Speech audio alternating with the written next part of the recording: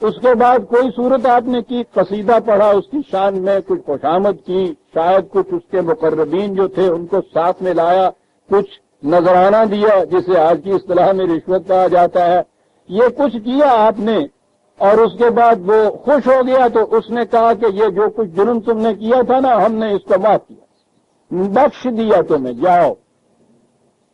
یہ ہمارے ہاں کے مسلمات میں سے آئی ہوئی ہیں چیزیں کہ جان بخشی کیا مانتا ہوں تو یہ عرض کروں اگر بخش دیں آپ اس چیز کو، بخشش آپ اس میں دیکھتے ہیں کہ یہ ایک شخص ایک فرد کے مزاج کے اوپر ہو گیا، ناراض ہو گئے تو انہوں نے کولو میں پلوا دیا، خوش ہو گئے تو انہوں نے جتنے بھی جرائم اور جتنے بھی یہ جنہیں گناہ کہا جاتا ہے وہ سارے بخش دیے سارے۔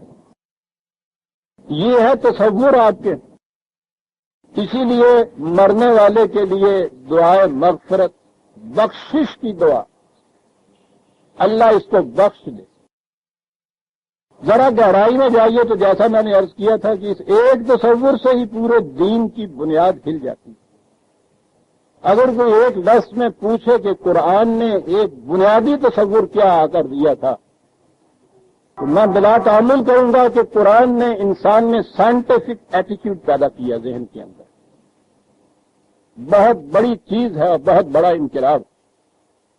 یہ جو تاریخ ہمیں بتا رہی ہے کہ یہ عرب اٹھے مٹھی بھر قوم، دو اتنی عظیم الشان سلطنتیں دائیں اور بائیں، ایرانیوں کی سلطنت ہزاروں سال کی تہذیب و تمدن اور شوکت و حشمت کو اپنے ساتھ لیے ہوئے، رومن امپائر نام سے آج بھی تہلکہ مچ جاتا ہے ذہن کے اندر،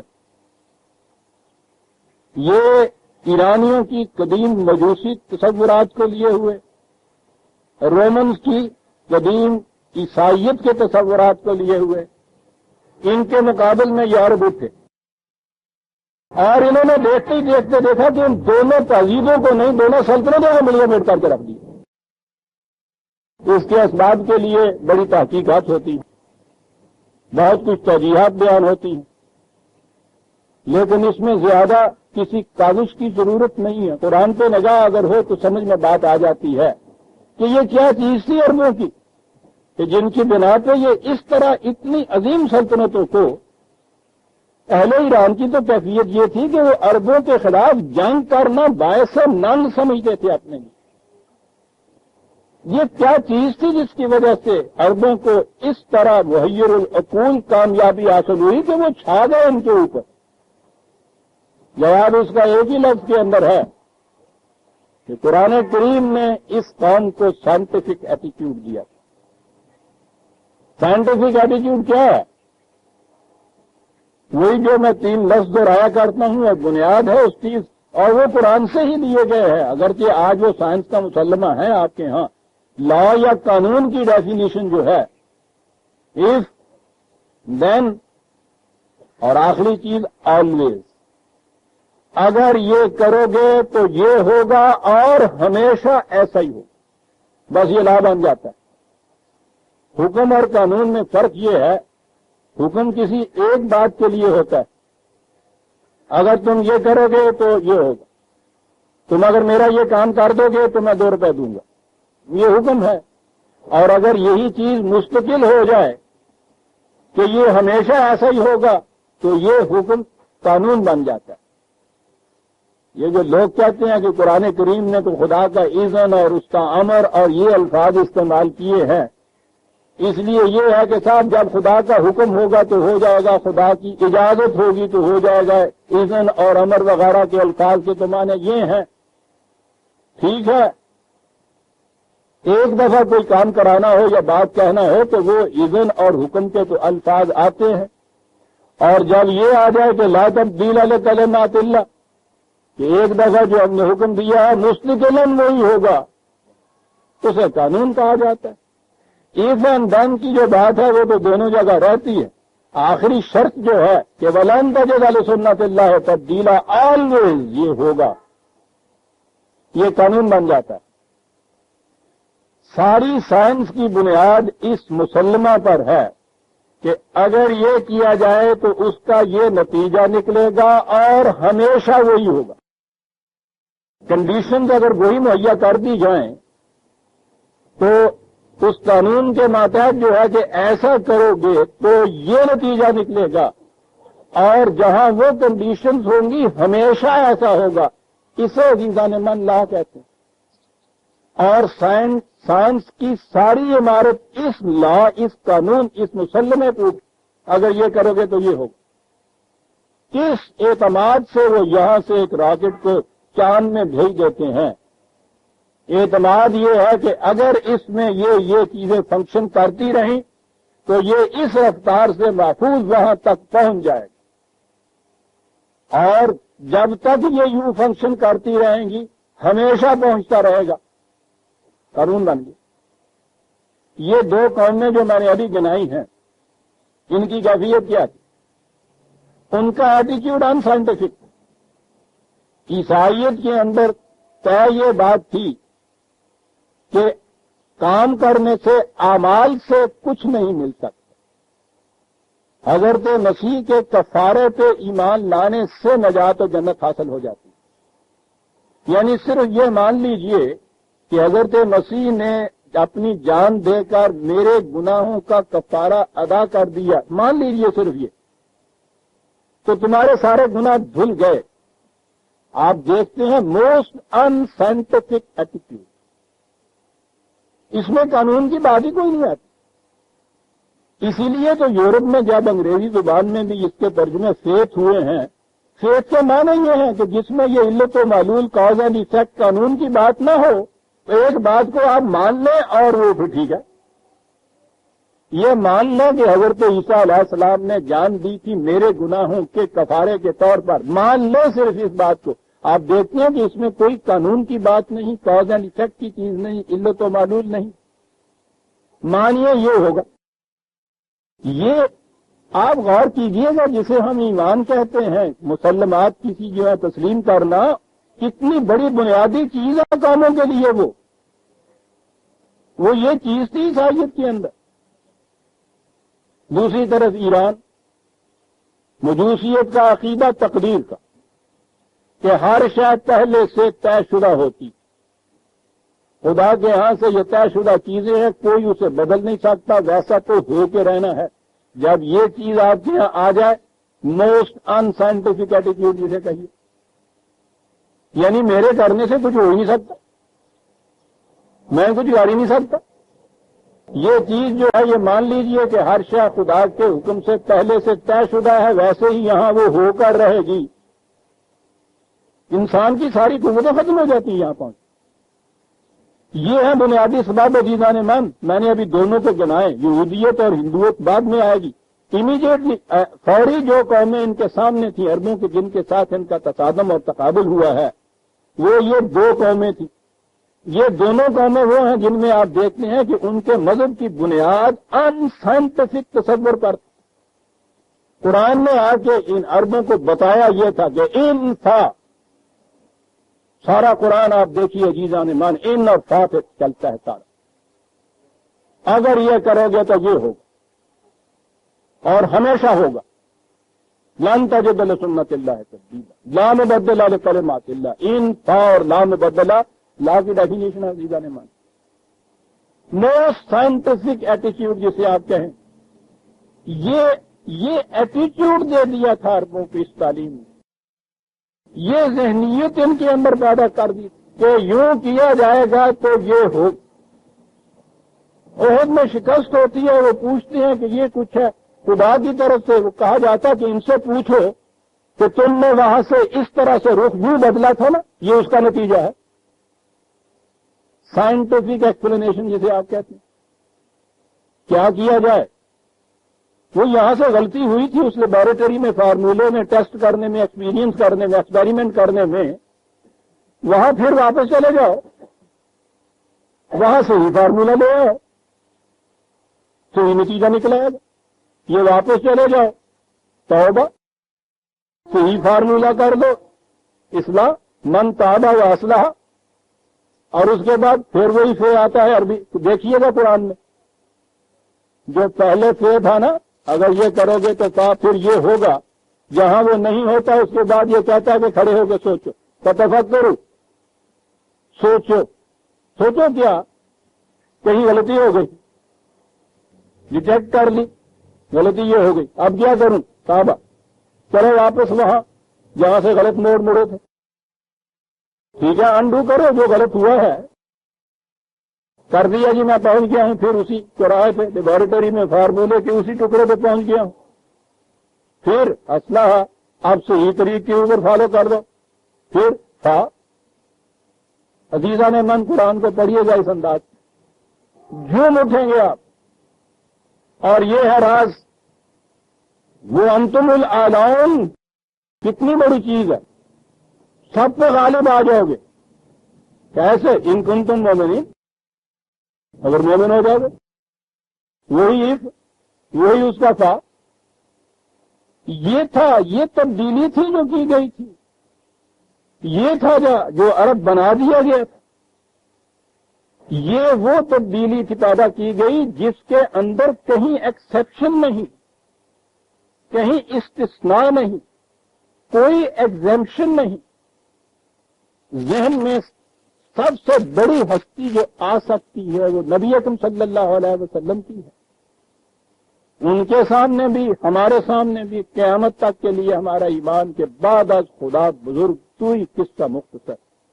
یہ جو چیز تھی سائنٹیفک ایٹیٹیوڈ والی، اس میں قرآن کریم نے، میں سمجھتا ہوں کہ السٹریٹ کرنے کے لیے اس چیز کو، اس کی وضاحت کرنے کے لیے، پختگی سے ذہن نشین کرنے کے لیے ایک بار نہیں کتنی مرتبہ قرآن کریم میں رسول اللہ صلی اللہ علیہ وسلم کی زبان مبارک سے کہلایا گیا، قل انی اخاف ان عصیت ربی عذاب یوم عظیم.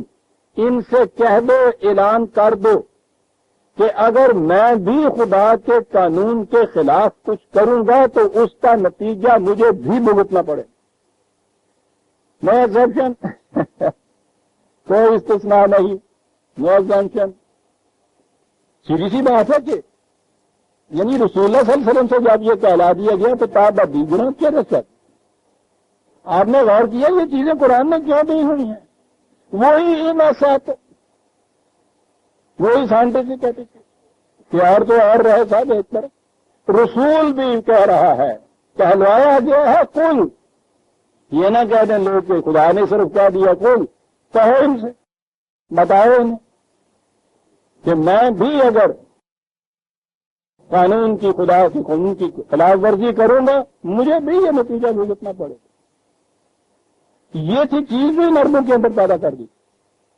وہاں میں نے کہا کہ ادھر دائیں کی طرف جائے تو وہاں وہ مجوسیت کی تقدیر، سب کچھ خدا کے حکم سے ہوتا ہے، پہلے سے طے شدہ ہے.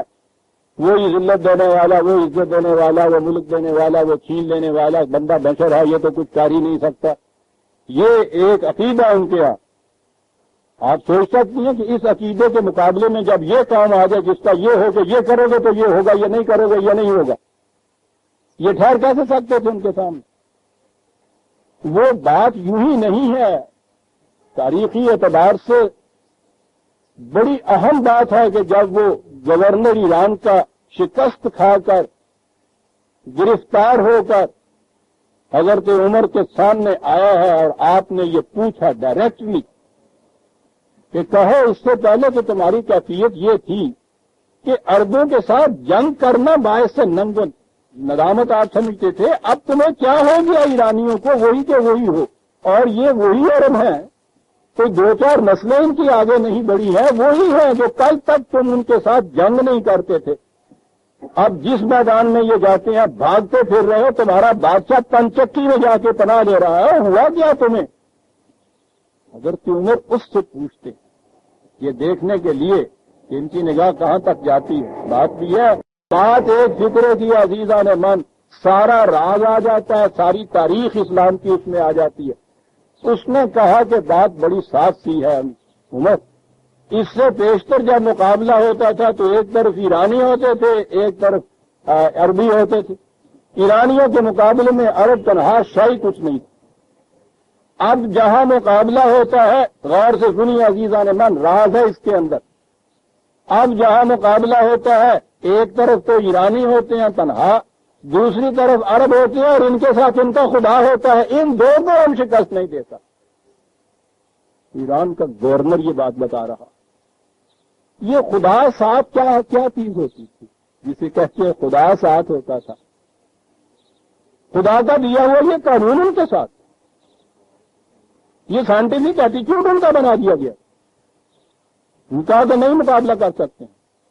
اس لیے اس نے کہا ہم نے فیصلہ کر لیا کہ ہم جنگ نہیں کریں گے، ان دو سے ہم جنگ کر نہیں سکتے تو ہم جنگ کریں گے کیوں؟ ملک سارا دے۔ ادھر دوسری طرف بیزنٹائن امپائر تھی، رومن امپائر جو تھی ان کے، ان کی کیفیت یہ تھی کہ ادھر سے یہ فوجیں چلی ہوئی ہیں قسطنطنیہ تک پہنچی ہوئی ہیں، بجائے اس کے کہ وہاں وہ سائنٹیفکلی یہ دیکھتے کہ اگر ہم نے یہ کیا تو اس کا نتیجہ یہ ہوگا، یوں مدافعت کرنی چاہیے۔ انہوں نے اندر بائبل کا ورد شروع کر دیا، جیسے بخاری کی کتاب کے ورد ہوا کرتے۔ انہوں نے کہا کہ یہ جو ایمان ہے ہمارا مسیح کے کفارے پہ، جتنا زیادہ یہ ایمان تقویت پکڑ جائے گا، جتنا ایمان یہ مضبوط ہو جائے گا، بس وہی ہمارے لیے حصار عافیت، وہی ہمارے لیے حفاظت کا سامان، یہ کچھ شے ہی نہیں ہے کہ ہمیں شکست دے دیں۔ وہ اندر اپنے اس ایمان کو دوہرا رہے تھے کفارے پہ، عقیدے پہ، اور یہ باہر یہ کہہ رہے تھے کہ اگر ہم نے اس دیوار میں یوں منجنیق اندر پھینک دی تو اس کے متعلق یہ نتیجہ نکلا گا، یہ سوچ رہے تھے۔ یہ دو سوچیں تھی جو وہاں ٹکرا رہی تھی، اور دنیا میں کبھی بھی عزیزان من جہاں سائنٹیفک سوچ اور ان سائنٹیفک سوچ ہوگی، ان سائنٹیفک سوچ کبھی مقابلہ نہیں کر سکتی۔ یہ تھا عرب کا راز، یہ تھا جو اس نے مرزبان نے یہ کہا تھا کہ تمہارے ساتھ خدا، تمہارے ساتھ نہیں ہم جنگ کر سکتے۔ اس وقت سرنڈر کیا، ساری راز اس میں ہے۔ انہوں نے کہا کہ جب تک اس قوم کے ساتھ جو خدا ہے اس کو الگ نہ ان سے کر دیا جائے، انہیں شکست نہیں دی جا سکتی۔ سارا راز آج کی تاریخ اسلام کا یہ ہے کہ اس قوم سے خدا کیسے چھڑایا جائے، قرآن کیسے چھڑایا جائے۔ یوں تو یہ چھوڑ نہیں سکتے۔ بدترین جہالت امیز تمام پرست قومیں بت پرستی نہیں چھوڑتی، گائے کی پوجا نہیں چھوڑتی۔ یہ معتقدات تو اتنے دل کی گہرائیوں میں گئے ہوئے ہوتے ہیں، بچڑے کی محبت اشربوا فی قلوبہم العجل ہوتا ہے، یہ بڑی گہرائی میں گئے ہوتے ہیں، یہ نہیں جاتے۔ طریقہ اس کا یہ تھا، اور یہ تھا جو دماغ لڑا ہے ان کا تھا وہاں ایرانیوں کا کہ ٹھیک ہے ان میں آ جاؤ، الفاظ وہی رہیں، اصطلاحات وہی رہیں، رسوم و رواج کی شکلیں وہی رہیں، مفہوم بدل دیجیے۔ قرآن میں مغفرت کا لفظ آتا ہے، اس کو تو ہم بدل نہیں سکتے، یہ لفظ آئیں گے، کیا کیا جائے؟ مانے ان کے بخشش کر دیجیے۔ ان سائنٹیفک ایٹیچیوڈ وہی آ گیا۔ قرآن کے اندر وہ قدر اللہ تقدیرہ آیا ہے، خدا نے ہر چیز کے لیے پیمانے اور قانون مقرر کر دیے، کہہ دیا کہ اس کا ترجمہ تقدیر کر دیجیے، یہ کیا۔ اور اس کے اوپر پھر لکھی کتابیں ساری، یعنی سارا آپ کے ہاں کا فلسفہ، یہ جتنے بھی ان مجوسی یہ تصورات مجوسی جو آپ کے ہاں اس شکل میں لائے گئے تھے، اس کے اوپر جس قدر بھی آپ کا فلسفہ جسے کلام آپ کہتے ہیں، وہ ان کے حق میں دلائل دینے کی ساری چیز ہے۔ ساری تاریخ میں آپ کو جو پڑھایا جاتا ہے، آپ یہ کہتے ہیں نا ہم تو دلائل کی روح سے اسلام کی افضلیت ثابت کر سکتے ہیں اب اور کرتے ہیں، یہ ساری عمر آپ کی ہو گئی ہے۔ یہ جو تصورات مجوسی دیے گئے تھے ان کے حق میں صحیح ثابت کرنے کے لیے آپ دلائل دیتے ہیں۔ سارا فلسفہ آپ اس محور کے گرد گھومتا ہے کہ خدا قادر مطلق ہے، اس کے حکم کے بغیر ایک ذرہ نہیں ہل سکتا، نہیں ہل سکتا۔ کمرے کے کمرے بھرے ہوئے ہیں آپ کی کتابوں کے اس چیز کو دلائل کی روح سے ثابت کرنے کے لیے۔ بغام خواہش آپ سمجھتے یہ ہیں کہ ہم اسلام کی افضلیت اور حقانیت کو دلائل و براہین اور علم و بصیرت اور فلسفے کی روح سے ثابت کر رہے ہیں۔ ثابت کر رہے ہیں آپ غیر قرآنی تصورات کو، مجوسی تصورات کو جو اسلام کا نقاب اوڑے ہوئے، عیسائیت کے تصورات کو جس میں بخشش آتی ہے، جس میں شفاعت آتی ہے، جس میں کفارہ آتا ہے۔ یہ ہے جو ہوا ہے عزیزان مان ہمارے ساتھ۔ کام کرنے کا یہی اس عمر کے آخری حصے میں نہیں، میں تو ایک مدت سے اس چیز کے اوپر چلا ہوا تھا۔ تو یہ بتایا جائے کہ یہ تصورات آئے کہاں سے، پھر اس تفسیر میں کیسے داخل ہوئے، پھر ترجمے کیسے ہوئے اس چیز۔ استغفار، مغفرت، خدا بخش دے، یغفر لمن، جسے چاہے بخش دیتا ہے، پہلے تو جسے چاہے پھر بخش دیتا ہے، بات ختم ہو گئی۔ 3 اور 4 ختم ہوا آپ کے یہاں کا قانون گیا۔ سائنٹیفک ایٹیچیوڈ موسٹ سائنٹیفک ایٹیچیوڈ میں بدل گیا۔ دنیا میں اب سب سے زیادہ موسٹ ان سائنٹیفک ایٹیچیوڈ مذہب کا ہوتا ہے نا، اور مذہب میں بھی سب سے زیادہ مسلمان کا۔ یورپ میں جب تک یہ کرسچینٹی رہی زوروں تک، اور وہ بھی ان کے ہاں جو کیتھولک ہے نا، وہ جو ہمارے ہاں کی جن کو قدامت پرستی کی پیشوائیت ہمارے ہاں کہتے ہیں، جس میں وہ 2 چیزیں ہیں نا جو شرع میں جس کو دخل نہیں ہے، ایک تو شرع کی شرم میں دخل نہیں، تو ایک عقل میں دخل نہیں۔ ان کے ہاں بھی جو کیتھولکس تھے وہ بڑی قدامت پسند، متشدد، ان سائنٹیفک ایٹیچیوڈ میں بہت زیادہ متشدد۔ یہ تو پھر بچا گیا لوتھر ان کو آ کر، بات دوسری طرف چلی جائے گی۔ اقبال نے جو کہا ہے نشے کے متعلق، اگر ہوتا وہ مجذوب فرنگی اس زمانے میں، تو اقبال اس کو بتلاتا مقام کبریا کیا ہے۔ اگر کہیں لوتھر کے قریب کوئی اقبال اس زمانے میں ہوتا، دنیا کا نقشہ آج بدل گیا ہوا ہوتا۔ ہم لوگوں کو معلوم ہے کہ لوتھر نے ترجمہ کیا تھا قرآن کا۔ یہ جتنی چمک نظر آتی ہے آپ ان کے ہاں کے پروٹیسٹنٹ کے اندر، وہ ساری اس لیے ہے کہ اس کی نگاہ اس قرآن کے اوپر۔ بہرحال وہ یہاں تک لے آیا تھا۔ یورپ میں کیتھولکس کا زور رہا۔ آپ دیکھیں گے 17ویں صدی سے پہلے تک کا یورپ ڈوبا ہوا ہے جہالت کے اندر، اور اس کے مقابلے میں دوسری قومیں دنیا کی کتنی بڑھ رہی، یعنی یہ قومیں بہرحال یہ عربوں کی، پھر بہرحال مسلمانوں کی، وہ جو ایک دھکا لگا تھا نا پیچھے سے ایک دفعہ سائنٹیفک ایٹیچیوڈ کا، وہ بغیر اپنے مومنٹم میں ان کو اتنی دور تک لے گیا تھا، مقابلہ ہی نہیں کر سکے۔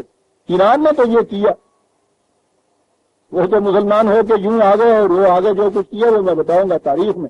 یورپ کے اندر عیسائی رہے تھے۔ عربوں کے زمانے کی فتوحات میں بھی یہ رومن امپائر والے جو عیسائی تھے وہ مسلمان نہیں ہوئے تھے، اس لیے ان سے ہم بچ گئے۔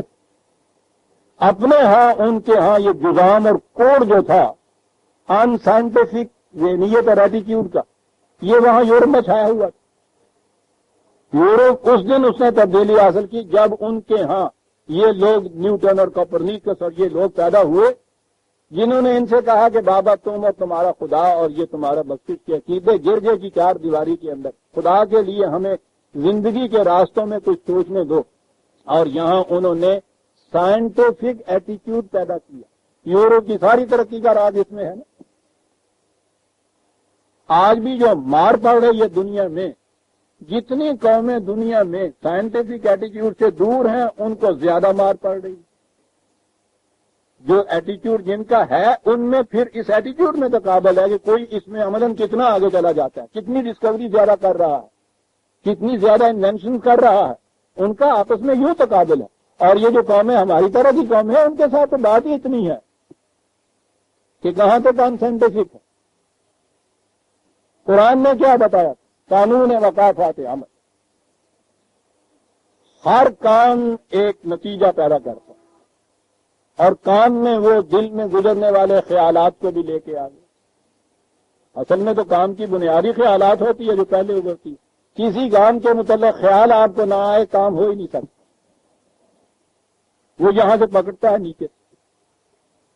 یہاں سے اس نے کہا کہ ان چیزوں کا بھی نتیجہ نکلتا ہے، ہر کام کا ایک ڈیفینیٹ متعین نتیجہ، ہر بیج کا متعین فصل، متعین پھل، ہر کام کا متعین نتیجہ۔ آپ نے دیکھا قرآن نے عمل اور اس کے نتیجے کے لیے عام طور پر کھیتی کی مثال دی، بڑی محسوس مثال ہوتی ہے، یہ بڑی سائنٹیفک چیز ہے، یہ قرآن نے دیا تھا۔ یہ اس ایٹیچیوڈ میں یا اس پروسیس میں یا اس عمل میں آپ دیکھتے ہیں کہ معاف کر دو، بخش دو، یہ آتا ہی نہیں ہے۔ ڈال دیجئے آپ وہاں وہ غلط بیج، گیہوں کی جگہ آپ جو ڈال دیجئے اس میں، پوری محنت اس کے بعد آپ وہی کرتے چلے جائیں گے جو گیہوں کے لیے کرنی، یا اوپر بالیں اس کی آئے اور اس میں آپ کو نظر آئے کہ یہ تو جو ہے اس کے اندر، لے آئیے دنیا بھر کی قوتوں کو کہ آپ کی اس غلطی کو بخش دے، وہ تو ہے بخشش کہیں یہ؟ اسی لیے اس میں جہاں مثالیں دی ہیں نا، کھیتی کی مثالیں محسوس دی کہ جھٹ سے بات سمجھ میں آئے، سمجھ میں تو ان کی آئے نا جس نے مذہب میں سمجھ سے کام لینا ہے۔ ہم یہ بھی پڑھ لیتے ہیں، ہم وہ بھی پڑھتے ہیں، جو چاہے کر دیتا ہے، یہ بھی وہ کھیتی کی مثالیں بھی پڑھ لیتے ہیں، بس ٹھیک ہوتا گیا، ہوتا دونوں سے ثواب ہے، بات ختم ہو گئی۔ ارے بھائی کو عاقبت بھی ذکر ہوئی، وہ اللہ تعالیٰ کی بخشش، مغفرت، رسول اللہ کی شفاعت، وہ تو یہ دیکھا پورا کر دیا۔ موسٹ ان سائنٹفک ایٹیٹیوڈ مغفرت، میں نے کہا ہے نا کہ آیت یہاں سے شروع ہوئی ہے۔ یہ جو میں عرض کرتا رہتا ہوں ہمیشہ اور یہ کہتا رہتا ہوں یہ کچھ کرو، ایسی بات نہیں ہے کہ مجھے کوئی دعویٰ ہو رہا ہے معمول میں اللہ ہونے کا کہ خدا کی طرف سے خاص طور پہ مجھے بتایا جا رہا ہے، جبریل امین معاذ اللہ آتے ہیں، وہ یہ کہتے ہیں اس کے یہ معنی غلط ہیں، یہ ٹھیک ہیں، یہ صحیح ہیں۔ سوال یہ ہوتا ہے کہ اس کا ذریعہ کیا؟ عجیب وہی کتابیں جو ان کی یہاں پڑھی ہوئی ہیں۔ قرآن ایک ایٹیٹیوڈ ہونا چاہیے آپ، عربی زبان کے اندر یہ چیزیں موجود ہیں جو میں نے عرض کیا، قرآن میں یہ معنی موجود ہیں جو میں عرض کرتا ہوں۔ میں نے تو اپنے لغت میں ایک ایک لفظ کی سند دی ہے، مجھے پتا تھا کہ اس کے خلاف کس طرح شور اٹھے گا، تو اس میں اگر کہیں ان کی ایک لفظ کی بھی گرفت ہوگی اس کے بغیر ہی ڈنڈورا کم نہیں پیٹتے تو اس میں تو پتہ نہیں یہ کیا صورت ہوتی ہے۔ ویسے بھی مجھے احتیاط برتنی تھی، میں تو قرآن کا لغت لکھ رہا تھا، میں تو جب صبح اٹھ کے قرآن سامنے کھولتا ہوں عزیزہ نعمان، ایک ایک منہ مجھے کانپ رہا ہوتا ہے ذمہ داری سے، بہت بڑی چیز ہے۔ عربی زبان میں یہ چیزیں موجود ہیں، قرآن میں یہ چیزیں موجود ہیں جو میں عرض کر رہا ہوں۔ یہ بخشش جو ہے یہ نہ عربی زبان کی چیز ہے نہ قرآن کی چیز ہے۔ غفرہ یغفر مغفرۃ، یہ ساری چیزیں عربوں کے ہاں سامان حفاظت کے لیے بولی جاتی۔ تو مغفر بولتے ہیں اس ہیلمٹ کو جو جنگ میں پہنی جاتی ہے، وہ خود لوہے کی ٹوپی، اور اس ٹوپی کے نیچے وہ زرہ کی قسم کی وہ ہوتی ہے نا کڑیاں وہ لوہے فولاد کی۔ مغفرت کے معنی یہ ہے وہ خود پہن کر میدان جنگ میں جانا تاکہ آپ اس حملے سے، اس کے ہزاروں سے محفوظ رہے، حفاظت کا سامان۔ وہ جب آپ انڈنٹ بھیجتے ہیں اس کے لیے وہ جو ہے طلب کرنا، وہ استغفار کہلاتا ہے۔ وہ اس زمانے میں بھی بولتے تھے، وہ آج بھی بولتے ہیں، اور قرآن کریم میں متعدد مقامات میں یہ لفظ ان معنوں کے اندر آئے ہیں، حفاظت کے معنوں کے اندر موجود ہیں۔ اس کے معنی سامان حفاظت طلب کرنا۔ مستغفرین بالاسحار، کتنی بڑی چیز۔ ترجمہ اس کا ہوتا ہے صبح کے وقت اٹھ کے استغفر اللہ پڑھنے والے، صبح کے وقت اٹھ۔ عام طور پر یہ جو 11 تسبیحیں ہوتی ہیں نا استغفر اللہ کی، وہ صبح کے وقت میں ہوتا ہے، جلدی جاگ اٹھتے ہیں۔ استغفر اللہ رب من کل ذنب واتوب الیہ، 1000 دانے کی طرح 1000 دفعہ دوہرا دیے، مطمئن ہو گئے کہ وہ تو بخشے گئے نا سب جتنے بھی غلط کام تھے، غلط بیج جو میں بو آیا تھا، گیہوں کی جگہ جو بو آیا تھا، میں نے صبح اٹھ کے آ کے 1000 دانے کی تسبیح پڑھ لی ہے، وہ تو معاملہ ٹھیک ہو گیا میرے ہاں کا۔ مستغفرین بالاسحار، سحر کہتے ہیں ہر کام کی ابتدا جو ہوتی۔ مومن کی ڈیفینیشن، مومن کی خصوصیت یہ بتائی کہ کام شروع کرنے سے پہلے وہ دیکھتے ہیں کہ اس میں سامان حفاظت جو چاہیے مجھے ہے میرے پاس یا نہیں ہوتا تو طلب کرتے ہیں، تلاش کرتے ہیں، جہاں ہوتا ہے وہاں سے لیتے ہیں۔ یہ بات جو ہے استغفار کا اس کے معنی ہوتا ہے کسی چیز کی تجسس، جستجو، طلب۔ یہ جو آج کل شہر کے اندر شور مچا ہوا ہے کہ کالرا اور یہ ٹائیفائڈ یہ عام طور پہ پھیل رہا ہے، خاص طور پر یہ جو اس کے لیے اناکولیشن کا سامان ہوا، وہ ٹیکہ لگانے کا سامان ہوا، یہ کیا چیز ہے؟ اسے مغفرت بولتے ہیں۔ یہ اس سے بچنے کا جو حفاظت کا سامان ہے، یہ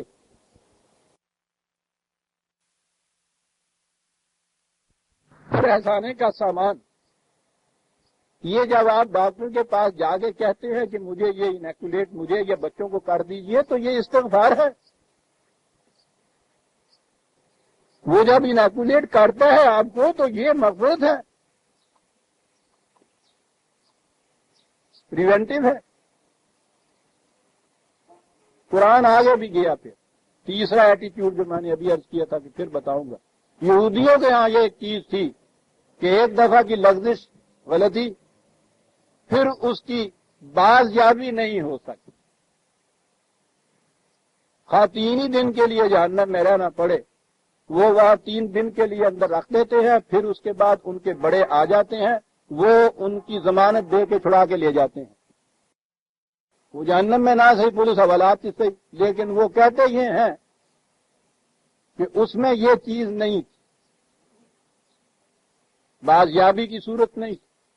ہندو دھرم کے اندر بھی تناسخ جسے کہتے ہیں، اس میں بھی ان کے ہاں بازیابی نہیں تھی۔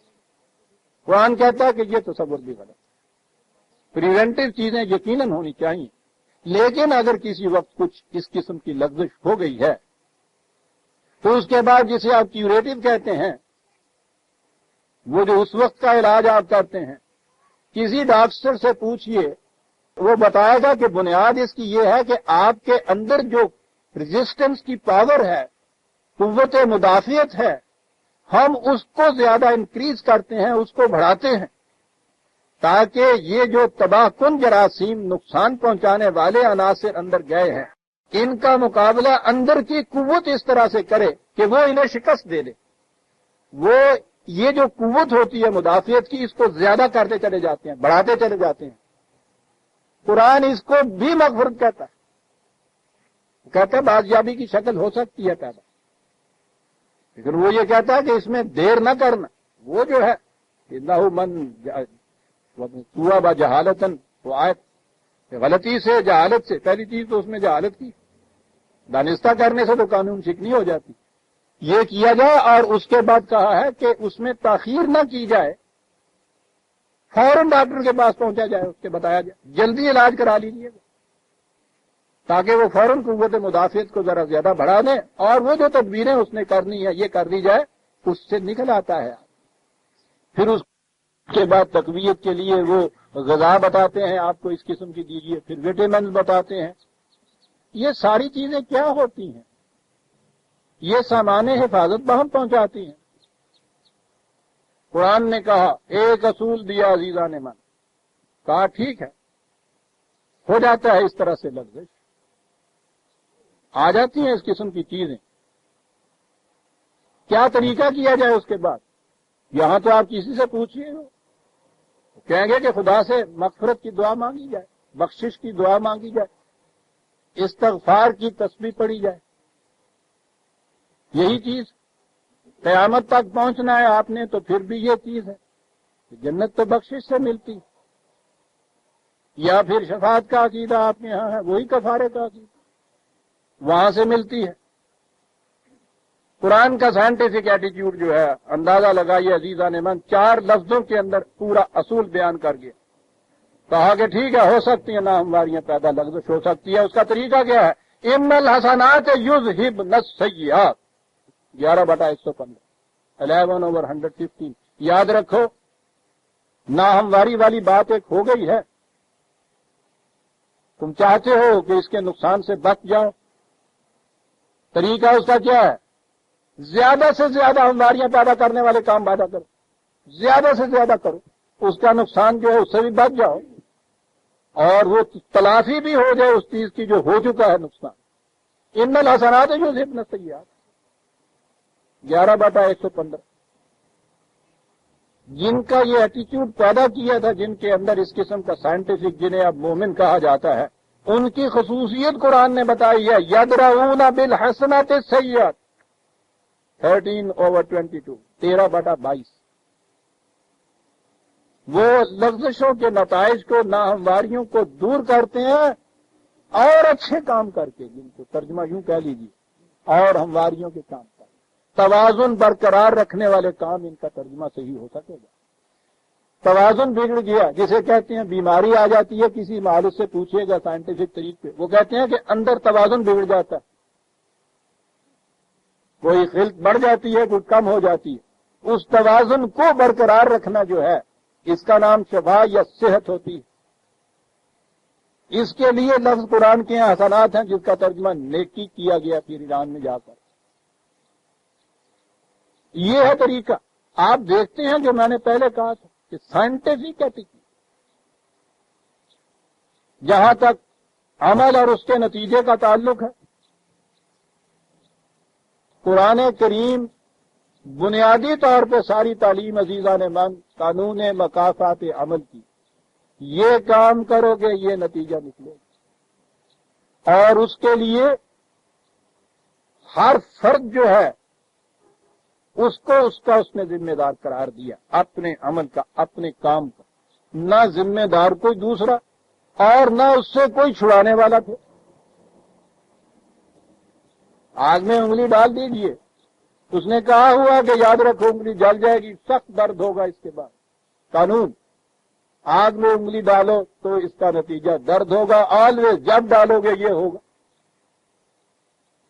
اور جب یہ درد ہوگا تو اس کے بعد اس نے کہا کہ کہیے پھر دیجئے کسی حاکم کو رشوت کے ساتھ 100 روپیہ لے لیجیے اور یہ درد جو ہے معاف کر دیجئے۔ کہا لے آئیے پریزیڈنٹ آف پاکستان کی سفارشی چٹھی، کیا درد دینے والے فرشتے، ہم تمہیں یہ کہتے ہیں کہ بہرحال ہم ریکمینڈ کرتے ہیں کہ اس کا درد جو ہے یہ نکل جائے۔ سائنٹیفک ایٹیچیوڈ ہے، کسی کی نہیں مانتا۔ اس نے کہا کہ اس کے لیے ایک قانون ہم نے بنایا ہوا ہے، اور وہ قانون یہ ہے کہ یہ اس قسم کی دوائیاں جو ہیں وہ لگاؤ۔ پہلی چیز تو یہ ہے کہ آگ میں ہاتھ پھر نہ ڈالو، توبہ کرو۔ سخت قسم کی کھانسی آ رہی ہے، پہلی چیز ڈاکٹر یہ کہتا ہے کہ یہ سگریٹ جو تم پی رہے ہو پہلے تو اس کو چھوڑو، یہ ہے توبہ۔ پھر اس کے بعد اسی قانون کے مطابق یہ اس کا علاج ہے، یہ کرو، یہ ہے عمل صالح، تابا و اصلح۔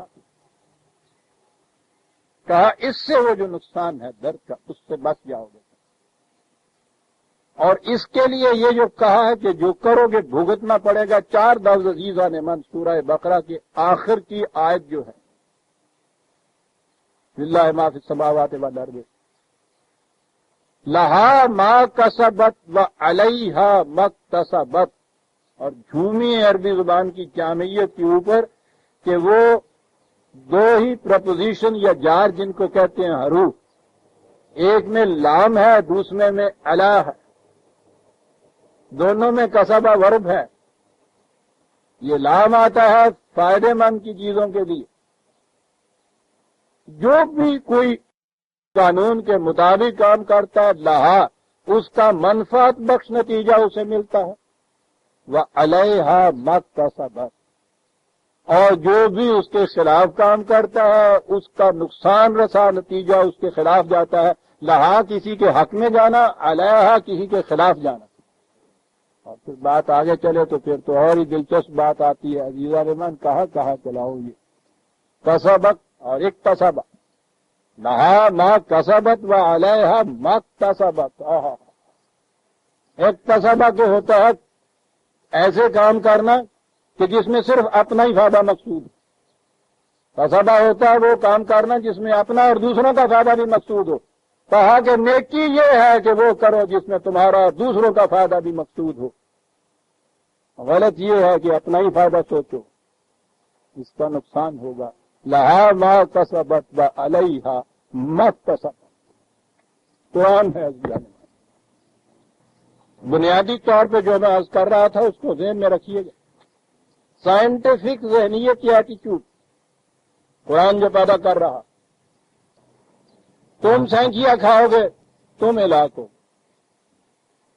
نہیں سکتا، سینکیا تم کھاؤ پڑوس والا ہلاک ہو۔ پھر اس کے بعد علاج کرنا ہے، تمہیں ہی دوائی پینی پڑے گی. ہو نہیں سکتا کہ باپ بیمار ہو جائے بیٹا دوائی کا. وہ جو قرآن میں ہے نا کہ اس وقت تم دیکھو گے کہ بیوی خاوند سے بھاگ جائے گی، بیٹا باغ سے بھاگ جائے گا، بھائی بھائی کو چھوڑ جائے گا. یہ بھاگ جائے گا اور چھوڑ جائے گا کیا؟ اور روز ہمارے ہاں یہ چیز ہوتا ہے. سراہنے کھڑا ہوا بیٹا، وہ اگر یا یوں کہیے کہ بچہ ضد کرتا ہے دوائی کے لیے، باپ ماں پاویں کتنے وارے وارے جان، دوائی تو اس بچے کو ہی پینی پڑے گی. مامتا کی ماری ماں شاید جان دے دے، یہ نہیں ہو سکتا ہے کہ دوائی پی لے اور آرام بچے کو ہے. جسے کہتے ہیں کہ خدا کو رحم آ گیا اس نے بخش دیا، ماں سے زیادہ رحم کس کو آئے گا؟ لیکن اس رحم میں بھی وہ اس بچے کو اس سرجری کے آپریشن سے، اس انجیکشن کے سوئی سے، اس کے درد سے، اس دوائی کی کڑواہٹ سے نہیں بچا سکتا. وہ تو اسے ہی لگے. ان احسنتم احسنتم لانفسکم وان اسأتم فلها. ان الفاظ دیکھتے چلا جائیے عزیزان من. ان احسنتم احسنتم لانفسکم. حفاظتی تدبیر اختیار کرو گے تو تمہاری صحت ہی ٹھیک ہو، سیر کرو گے تمہاری صحت میں. یہ جو ہمارے یہاں ایصال ثواب کی ایک چیز پہنچی ہوئی ہے، مر گیا ہوا چلا گیا ہوا یہ پیچھے سے پارسل بھیج رہے ہیں. پتا نہیں پیو ساڈے ورگا ڈاکخانہ اتنے یہ ٹکٹا لا لیندے آ جانے جیب چ پاؤں دیں پارسل کھوئی چھوڑ دیں. ان احسنتم احسنتم لانفسکم. عام ترجمہ، جو بھی توازن قائم رکھنے والا کام تم کرو گے تمہارا توازن ٹھیک رہے گا. وَإِنْ أَسَأْتُمْ فَلَهَا. توازن بگڑنے والے کام لغزش والے کرو گے تمہیں نتیجہ بھگتنا پڑے. سیدھی سی بات. آپ دیکھ رہے ہیں جسے میں نے وہ لفظ کہا سائنٹفک ایٹیٹیوڈ، وہی ان ارتاق. یہ کرو گے تو یہ ہوگا، تمہیں ہی بھگتنا پڑے گا جو کچھ تم کرے. اس موضوع پہ میں کہوں تو اس میں تو عزیزان من کئی ہفتے مہینے لگ گئے. سارا قرآن ہی اسی موضوع پہ چلا جا رہا ہے، لیکن میں تو یوں ہی چند ایک آیات آپ کے سامنے دے. قُلْ غَيْرَ اللَّهِ أَبْغِي رَبًّا وَهُوَ رَبُّ كُلِّ شَيْءٍ. 6/165. بڑی عجیب چیز. کیا تم کہہ رہے ہو ان سائنٹیفک ایٹیٹیوڈ اختیار کر لوں اور ان لوگوں کو اپنا رب اور نشو و نما دینے والا مان لوں کہ انہوں نے میری خاطر جان دے دی تھی اس لیے یہ ہو گئے، یہ میرے لیے کفارہ ادا کر رہے ہیں یہ ہو جائے گا، یہ شفاعت کر رہے ہیں یہ ہو جائے گا. قطعاً نہیں. ربوبیت تو صرف اس کے قانون کے مطابق ہو. اگر اس کو چھوڑ دیا جائے گا تو یہ نہیں ہو سکتا. فَلَا تَكْسِبُ كُلُّ نَفْسٍ إِلَّا عَلَيْهَا. کل نفس کسے باشد کوئی بھی ہو جو کرے گا بھرے گا. کل نفس ولا تزر وازرۃ وزر اخرى. کوئی بوجھ اٹھانے والا کسی دوسرے کا بوجھ نہیں اٹھا سکتا. غور فرما رہے ہیں آپ کس قدر واضح صاف سائنٹیفک ہے جو کچھ کہہ رہا ہے قرآن. سوال ہی نہیں کسی دوسرے کا آ کے یہ بوجھ بٹانا. کتنی ہی زیادہ مامتا کی ماری وہ ماں ہو جو بچے کو درد ہو رہا ہے انگلی کے جلنے سے نہیں درد لے سکتی، وہ نہیں بتا سکتی. لا تزر وازرۃ وزرۃ اخرى. کوئی بوجھ اٹھانے والا کسی دوسرے کا بوجھ نہیں اٹھا سکتا. اور ایک اور آیت کے اندر تو اور وضاحت سے اسے بیان کیا ہے 35 35/18 35/8. ولا تزر وازرۃ وزر اخرى. کوئی بوجھ اٹھانے والا کسی دوسرے کا بوجھ نہیں اٹھا، اپنا اپنا بوجھ لاد کے جانا ہوگا. وَإِن تَدْعُ مُثْقَلَةٌ إِلَىٰ حِمْلِهَا لَا يُحْمَلْ مِنْهُ شَيْءٌ وَلَوْ كَانَ ذَا قُرْبَىٰ. کہا کتنا ہی تمہارا قریبی کیوں نہ ہو، وہ خواہ تیار بھی کیوں نہ ہو جائے، اگر تم اسے آواز دو گے کہ بھائی کچھ تھوڑا سا میرا بوجھ اٹھا لو. پتہ ہے کہ لا یحمل منہ شیء، وہ ذرا بھی تمہارا بوجھ نہیں بتا سکتے، نہیں بتا سکتے. ہونا ہی ایسا چاہیے. یہ ٹھیک ہے ہمارے جذبات انسانی کچھ چاہتے ہیں تھوڑی سی رعایت، وہ یا ہونا ہی سخت کی ہونا چاہیے انسان. یہ بات جو ہے یہ کسی جج سے پوچھئے جو خدا کو سامنے رکھ کے وہاں بیٹھا ہوا انصاف کی ذمہ داریوں سے فیصلہ کر رہا ہو کہ ذرا سا جھکاؤ بھی جو ہے کہاں سے کہاں لے جاتا ہے بات کے ساتھ. خدا اس لیے ہے کہ اس میں جذبات نہیں، اور خدا ہو ہی وہ سکتا تھا ورنہ کائنات کا سلسلہ برہم ہو جاتا. عزیزان، یہ سارے ہمارے سلسلے جتنے برہم ہوئے ہیں اسی لیے ہوئے ہیں، جذبات درمیان میں آ جاتے ہیں. ورنہ آئین اور قانون تو کہیں بھی کچھ ایسے نہیں ہوتے، کوئی تھوڑی بہت اس میں اسقام ہوتے ہیں، غلطیاں ہوتی ہیں، کہیں بھی ایسے نہیں ہوتے کہ جن کا نتیجہ تباہی ہو. یہ اتنے اچھے اچھے آئین و قوانین دنیا میں موجود ہیں، اس کے باوجود جہاں یہ تباہیاں آتی ہیں کیوں آتی ہیں؟ قانون کو اس طرح سے نہیں نافذ کیا جاتا یا اس پر عمل کیا جاتا جیسے خدا نافذ کر رہا ہے. اس میں انسانی جذبات دخل انداز ہو جاتے ہیں. یوں ہی کسی فارمولے میں آپ کا کوئی اپنا جذبہ بیچ میں آیا، فارمولہ دے دو. سائنٹسٹ اپنی لیبارٹری کے اندر بالکل اندھا ہوتا ہے. لا یحمل منہ شیء، کتنا ہی وَلَوْ كَانَ ذَا قُرْبَىٰ، کتنا ہی قریبی کیوں نہ ہو، چاہتا بھی ہو وہ چیز جو ہے اٹھا نہیں سکے. وَمَن تَزَكَّىٰ فَإِنَّمَا يَتَزَكَّىٰ لِنَفْسِهِ، جو بھی اپنی ذات کو نشو و نما دینے کے لیے یہ سامان کرتا ہے، قانون کے مطابق زندگی بسر کرتا ہے، اسی کی ذات نشو و نما پاتا. دوسرے جو ایسا نہیں کرتا وہ اس میں کمزور رہ جاتا ہے، نقصان اٹھا جاتا ہے. اور اسی لیے پھر اس نے تقابل میں لا کے جسٹاپوزیشن کے مطابق لا یستوی العام والبصیر ولا الظلمات ولا النور ولا الذل ولا الحرور. کیا بات ہے! کہا تم یہ کہتے ہو کہ قانون کے مطابق کام کرنے والا، قانون شکنی کرنے والا دونوں یکساں ہو جائیں، جس نے یہ کچھ کیا ہے اس کو تھوڑی سی رعایت دے دی جائے، کوئی دوسرا بتا لے تو دونوں یکساں ہو گئے نا. کہا قانون کے اوپر عمل کرنے والا، قانون شکنی کرنے والا، یہ تمہاری اس روح رعایت کی روح سے اگر اس کو کیا جائے وہ بھی بری ہو کے آ جائے گا نا اندر سے. کہا تمہارا تصور یہ ہو سکتا ہے کہ دونوں یکساں ہو جائیں؟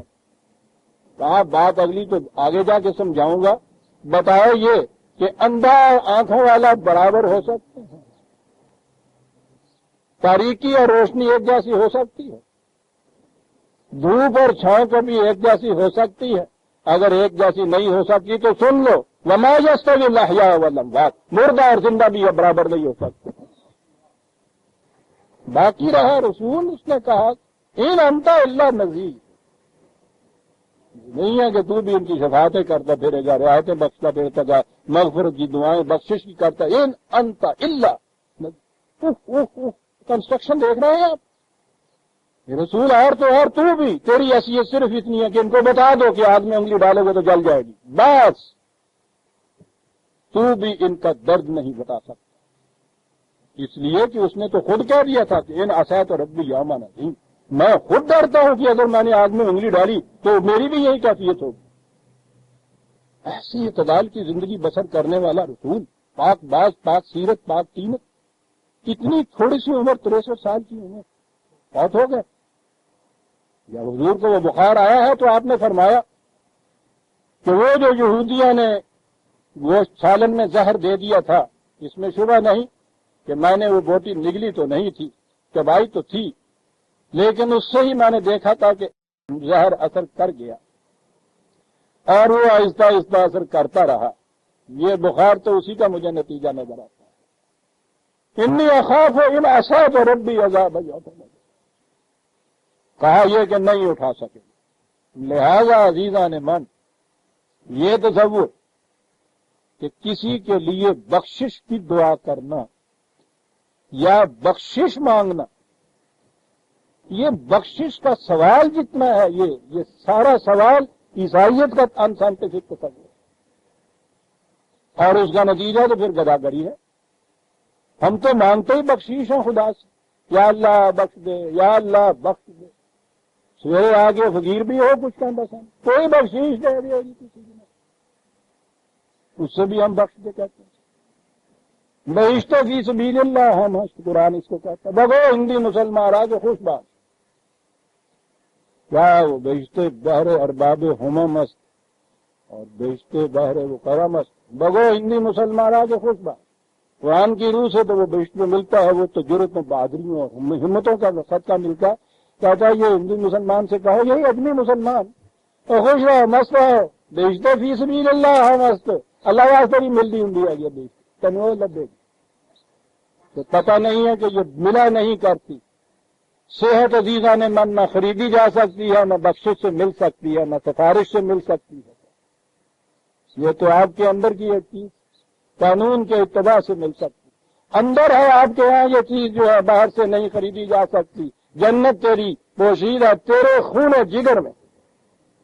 ہاں بہشتے کے خدائے بت بخشد ہماہیج، وہ جنت جو تمہیں خدا بخشیش میں دے دے، کہا وجہ ذلت ہے، خیرات مانگ رہا ہوں.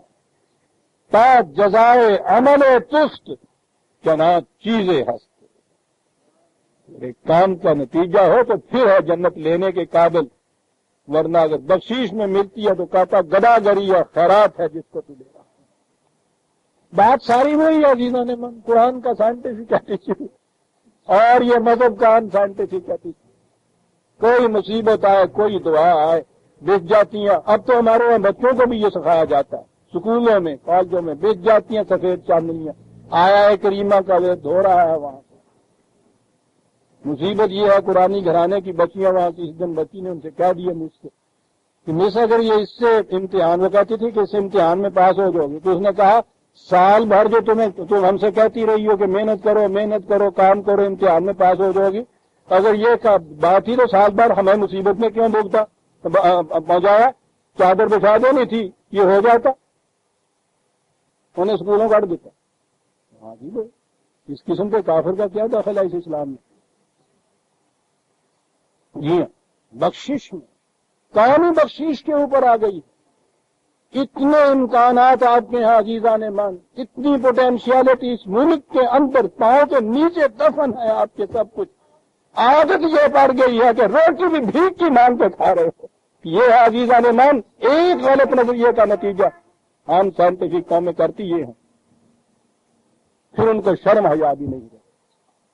وہاں کی جنت مانگی فی سبیل اللہ بخشش کے طور پہ، یہاں روٹی مانگ رہے ہیں بخشش کے طور پہ. استغفار کے یہ معنی نہیں ہے. آ جانا چاہیے مجھے آج کے اوپر کیا چیز ہے یہ. منافقین آ گئے، بڑے جرم کیے، بڑی خطائیں کی، بڑے دھوکے دیے، بڑے فریب دیے. لیکن وہ جو چیز ہے باز آؤ، کسی وقت بھی احساس تمہیں ہو جائے کہ غلطی ہوئی ہے، بس یہ ہے قرآن کا جسے وہ کہتا ہے لا تقنطوا من رحمت اللہ، جس کے معنی ہم نے یہ کیے ہوئے ہیں کہ مرد دم تک گناہ جتنے جی چاہے کرتے جاؤ، اس کی رحمت سے نا امید نہ ہو. وہاں گئے تو وہاں تو عدل نہیں رحمت ہے نا. تو تکڑیاں اکڑیاں ہمیں بخان واسطے لائیاں ہوئی نے انہیں، یعنی وہ میزان عدل مثقال ذرۃ خیر یرا مثقال ذرۃ شر یرا، وہ سارے چکر کٹھے کیتے ہوئے فرشتے لگائے ہوئے، سارا کچھ جو کچھ بھی آئے گا ہمیں بخان واسطے ہی ہے. آخر میں ہوگا وہ لنگ جاؤ کون دیکھیں گے. عزیزان من یہ ایٹیچیوڈ ہو گیا ہے اس قوم کا. مذہب میں یہ ایٹیچیوڈ ہوتا ہے. استغفار کے یہ معنی نہیں. یہ چیز یہ مرنے کی بات نہیں ہے، یہ موت کے بعد کے استغفار اور بخششیں نہیں ہیں. یہ جنازے کے پڑھنے کی بات نہیں تھی جو آپ کے ہاں یہ شان نزول نے بتا دیا کہ وہاں اس کے گناہ بخشانے کے لیے رسول اللہ صلی اللہ علیہ وسلم نے جا کے دعائیں کی تھی. اس کے گناہ بخشوانے کے لیے جو اعلان کر رہا ہے کہ اگر میں بھی قانون شکنی کروں تو میں بھی نہیں بخشا جا سکتا، وہ دوسرے کے بخشانے کے لیے دعائیں کرے گا. جس کو بخشانے کو دعائیں کرے گا وہ یہ نہیں کہے گا کہ میاں پہلے اپنے تو بخشوا لا. اپنے متعلق تو یہ کہہ رہا، یہ اس لیے کہلوایا گیا تھا حضور نے تو نہ معصیت کرنی تھی نہ عصیان وہاں ہونا تھا. ان کے لیے تو یہ بات نہیں تھی، بات ان کے لیے تھی کیوں جن کے متعلق یہ کہتے ہو کہ یہ بخشش کی دعا کریں گے میں بخشا جاؤں گا وہاں شفاعت کریں گے ہوگا وہ ان کو کہہ رہا تھا کیا کہہ رہے ہو ارے بابا وہ تو تم تو میں اگر اس کی خلاف ورزی کروں گا میں بھی نہیں بخشا جاؤں گا جب میں اپنے لیے نہیں بخشا جاؤں گا تمہیں کیسے بخشوا دوں گا کہنے کا طریقہ ہے یہ کیا ہے اس طرح بھاگا ہوا مجرم مفرور مجرم احساس ہو گیا ہے اس ندامت کا غلطی کی کہا کہ کوئی بات نہیں آؤ اعتراف کرو عزیزان من یہ آؤ والی بات جو میں نے کہی یہ ہے سارا بات مرنے والے کے متعلق اگر بخشش کی آپ دعا کرتے ہیں تو وہاں تو آؤ ہوتا نہیں وہاں تو قرآن نے یہ بات کہہ دی کہ توبہ کے لیے ٹھیک ہے دروازہ کھلا ہے بشرطے کہ اس واپسی کے بعد دوبارہ کام کرنے کے لیے تمہارے پاس وقت ہو کیونکہ وہ جو اس کے بعد تم نے کام کرنا ہے نا اس کے نتیجے میں پہلے غلط کاموں کے جو تباہ کن نتائج ہیں ان کو مٹنا ہے اور اگر یہ اس کے بعد وقت ہی نہیں رہا تو اسی لیے یہ کہا ہے کہ یہ ٹھیک ہے توبہ کے لیے دروازہ کھلا ہے لیکن موت اگر سامنے تمہارے نظر آ جائے گی تو پھر کچھ نہیں ہو سکتا یہ بات نہیں ہے کہ وہ موت ایسی بھیانک چیز ہے کہ اس کے بعد پھر کچھ نہیں ہو مقصد یہ ہے کہ اس کے بعد تو بات تو یہ تھی کہ ندامت کے بعد تم بازیابی ہو پھر تمہارے وقت ملے اور اس میں تم پھر اس کے ازالے کے لیے کچھ علاج کر سکو آپ سوچو تو صحیح کہ جب انسان اس مرض سے مر رہا ہو مر گیا ہو آخری دم تو پھر یہ توبہ علاج معالجہ یہ بےمانی چیز ہو سکتی یہ ہے معنی کہ اس میں کام کے لیے وقت ہونا چاہیے تو یہ جو چیز ہے کہ یہ تو موت قرآن کہتا ہے موت سامنے آ جائے تو نہیں ہوتا ہم یہ کہتے ہیں مرنے کے بعد یہ کچھ شروع ہو جاتا ہے وہ چلا گیا مر آ کے یہ اس کے بخشش کے لیے انتظام آپ یہاں کر رہے ہیں بیٹھ کر یہ بات مرنے کے بعد کی تھی نہیں یہ وہ شان نزول ہے نہیں کہ وہ عبداللہ بن ابی مر گیا تھا اور حضور جنازے پہ جا کے اس کی مغفرت کی دعائیں مانگ رہے تھے میں نے عرض کیا ہے عزیزان من مشکل ہماری یہ ہے کہ قرآن سے ہم نہیں پوچھتے منافقین کے متعلق یہ آ رہا ہے نا ذکر غور سے سنیے گا اور دیکھیے گا حوالے کو ملا کے ایک سورت کا نام ہے منافقین سورہ منافقون 63 63ویں سورت سن لیجئے نقطہ کیا بیان ہو رہا تھا یہ کہ یہ وہ مر گیا تھا مرنے کے بعد رسول اللہ اس کی مغفرت کی دعا کر رہے تھے بخشش کی دعا مرنے کے بعد میں نے عرض کیا ہے کہ یہ قرآن کی روح سے سوال ہی نہیں وہ تو اس زندگی میں بھی جو اپنے لیے بھی چاہتا ہے یہ ان چیزوں سے محافظت اس کے لیے کہتا ہے کہ وقت ہے ابھی کام کرنے کا مرنے کے بعد کی بات نہیں کہاں آیا ہے منافقون کی صورت آ رہی ہے انہی کا ذکر چلا آ رہا ہے کہا ہے وَإِذَا قِيلَ لَهُمْ تَعَالَوْا يَسْتَغْفِرْ لَكُمْ رَسُولُ اللَّهِ جب ان سے کہا جاتا ہے کہ آؤ میاں رسول اللہ تمہارا سامان حفاظت تمہیں بم پہنچا دے آؤ حفاظت کا سامان لے لو اس سے یہ تو تعالو ہے یہ مرنے والے کو کہا جاتا ہے یا اس کے جنازے کے بعد کہا جاتا ہے تعالو تو ہمیں تر گئے آ جائیں روس کے ڈر ذرا مڑ کے آگے تھا رسول اللہ آئے ہوئے تیرے سرانے منافقون یہ منافقون کے متعلق ہے نا یہ عزیزان من قرآن کا طریق بتایا ہوا کہ یوں سمجھو اسے یہ جو میں نے کہا تھا کہ میں یہ نہیں کہہ رہا کہ یہ جنازے کی نماز نہیں تھی مرنے کے بعد یہ چیز نہیں تھی تعالو یستغفر لرسول اللہ لووا رؤوسہم ورأیتہم یصدون وہم مستکبرون ان کی کیفیت یہ ہے کہ بجائے اس کے کہ یہ چیز ہو کہ ہاں واقعی غلطی ہو گئی ہمیں وہاں جانا چاہیے اعتراف کرنا چاہیے آئندہ کے لیے پروگرام لینا چاہیے کہ جو کچھ پیچھے کیا گیا ہے اس کے تباہ کن نتائج کا ازالہ ہو جائے آئندہ کے لیے بہتری کی شکل ہو جائے کہا بجائے اس کے کہ یہ صورت ہو کیفیت یہ ہے کہ ان سے کہا جاتا ہے کہ چلو وہ جو سربراہ مملکت ہے وہ جو ہیڈ ہے چلو وہاں جا کے ظلم کا اعتراف کرو آئندہ کے لیے ضمانت دو یہ ہو جائے گا کہتا ان کی کیفیت یہ ہے کہ یوں سر مار کے چلے جاتے ہیں ہمیں کیا کچھ دوں کہوں مستقبرون یہ ہے وہ چیز سرکشی برتتے ہوئے چلے جاتے کبھی آپ نے کسی سرکشی برتنے والے مجرم کے متعلق بھی یہ سنا ہے کہ اس کو کہیں سے کوئی معافی مل گئی معافی اگر آپ کہتے ہیں عدالت بھی اگر کہیں تھوڑی سی اس قانون میں جو شک رکھی ہوئی ہوتی ہے رعایت برتنے کی تو اسے ہی دیکھ دیا جہاں ہو کہ ہم نے مجرم میں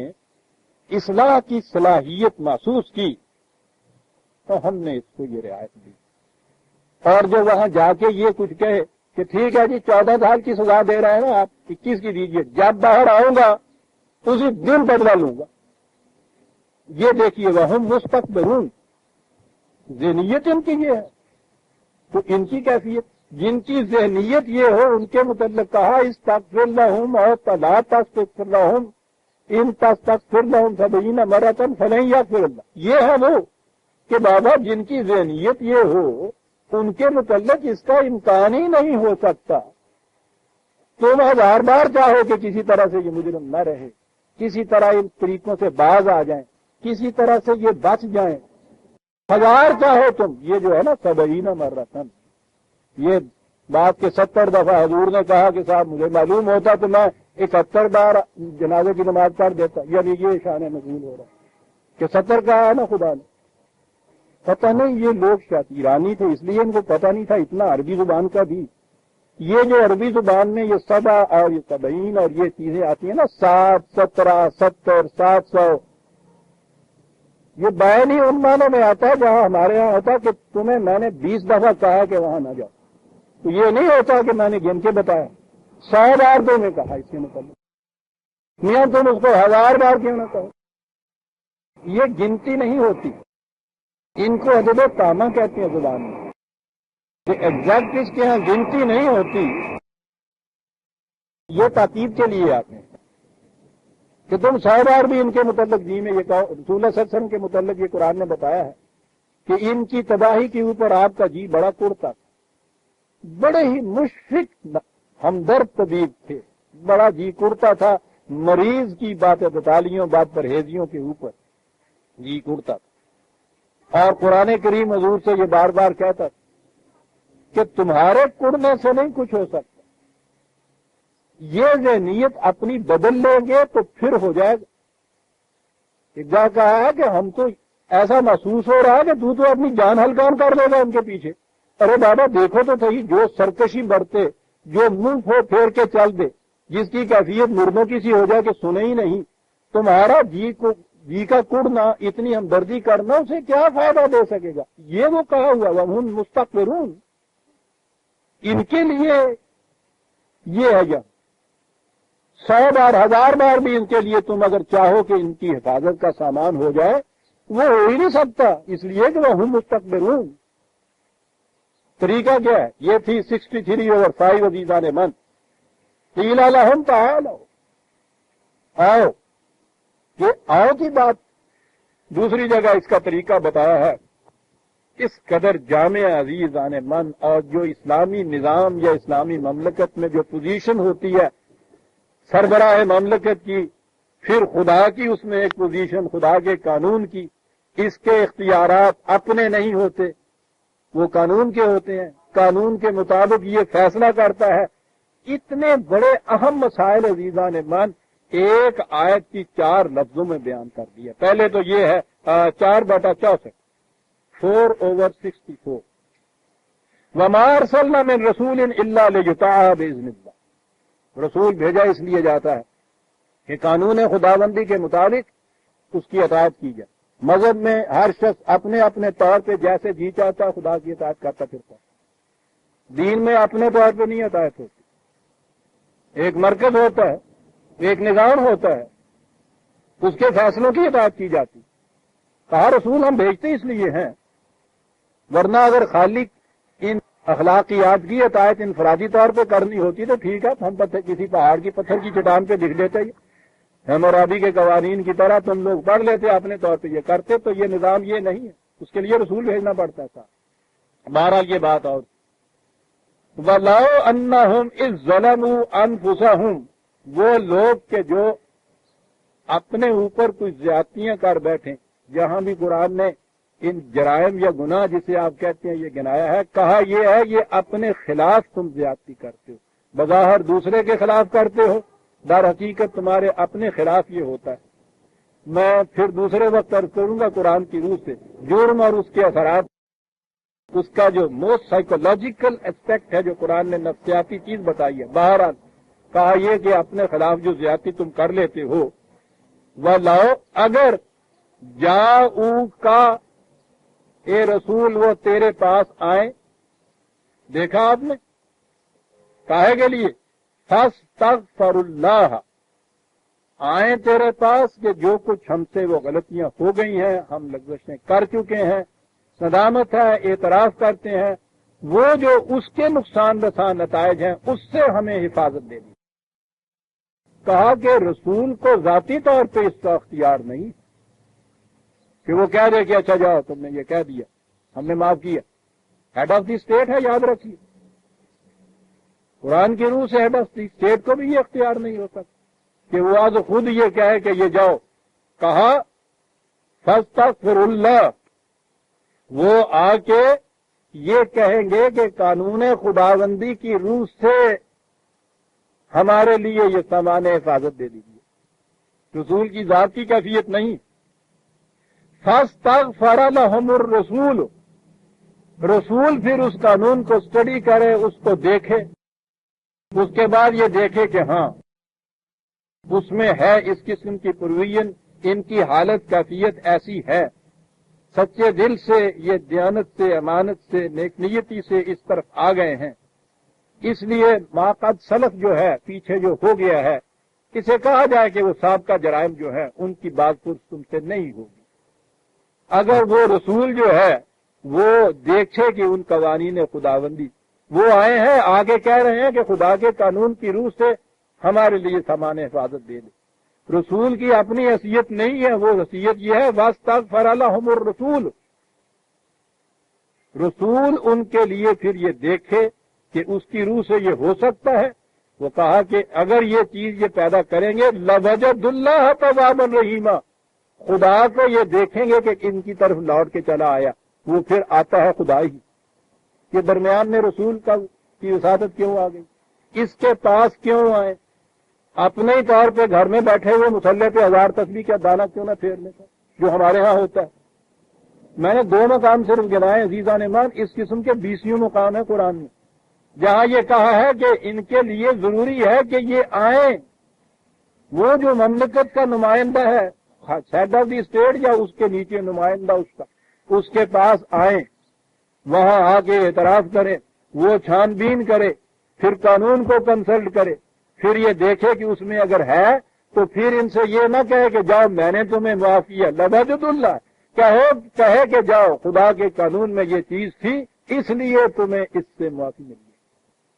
یہ ہے عزیزان من استغفار، یہ ہے دوسرے کے لیے جسے آپ کہتے ہیں مغفرت، یہ ہے یہ جو آیت ہمارے سامنے آئی ہے اس کے معنی کہ یہ جو استکبار کرتے ہیں، سرکشی برتتے ہیں، کبھی جھکتے نہیں ہیں، ندامت کا احساس نہیں ان کے اندر پیدا ہوا، ان کے لیے خام خواہ کے لیے تو اپنی جان ہلکان میں ڈال رہا ہے، وہ تو اس کے لیے ہے کہ جو اس طرح سے تیرے پاس آئے اور آ کے یہ چیز کہے۔